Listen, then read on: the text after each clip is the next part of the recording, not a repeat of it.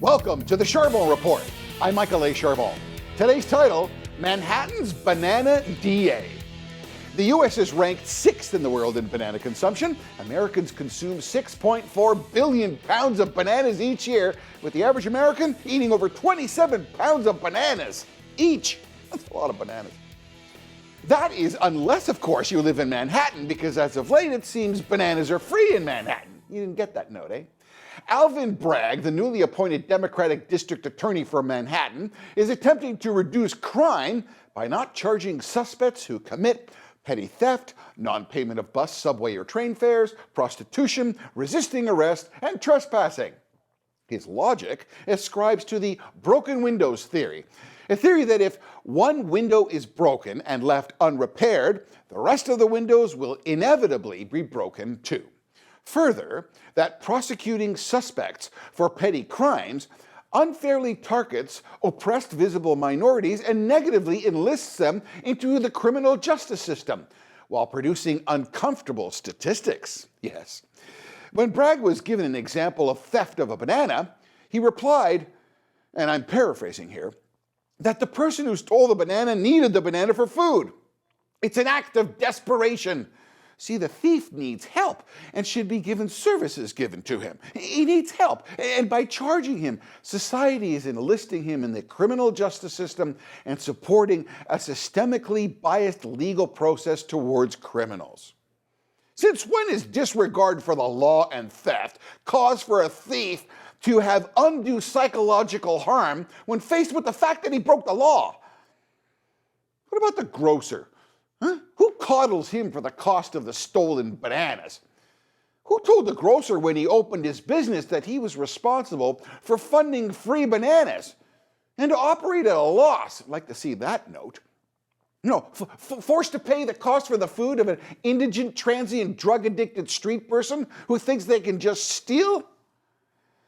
How does blatant thievery create a market that any business owner can have confidence in, that their products for sale will actually be paid for and not stolen?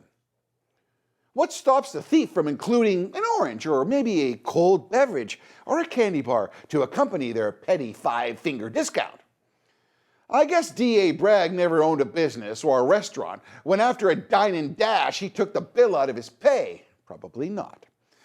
Imagine being a cop in New York today, trying to arrest a suspect with no charge of resisting arrest. Excuse me, sir? Sir, would you please allow me to put the cuffs on you? Please? With sugar on it? Are you nuts? Here's one for you.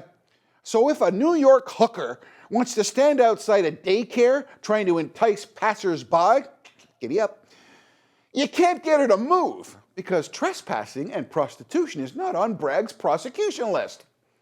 Well, I guess the upside is, the condoms and the needles, when are collected by the kids, will make wonderful collages. In 2019, 59% of New Yorkers say their quality of life has deteriorated significantly. When seasoned New Yorkers call today's New York horrible, crime-ridden, and dangerous like the 70s, the last thing you need is a DA like Bragg.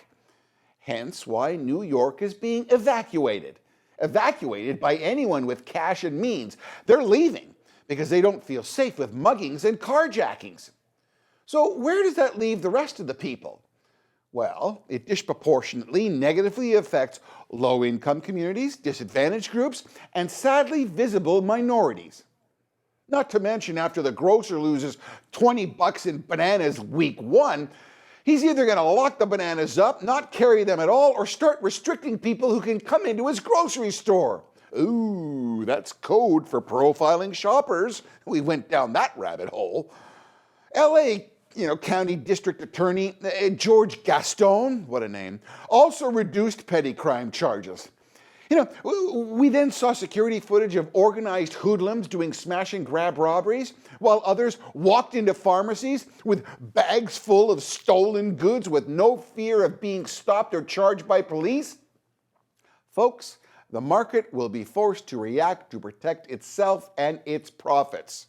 Example: why are some major retailers locking specific hair products up from open access, while other hair products are freely available and accessible to other customers?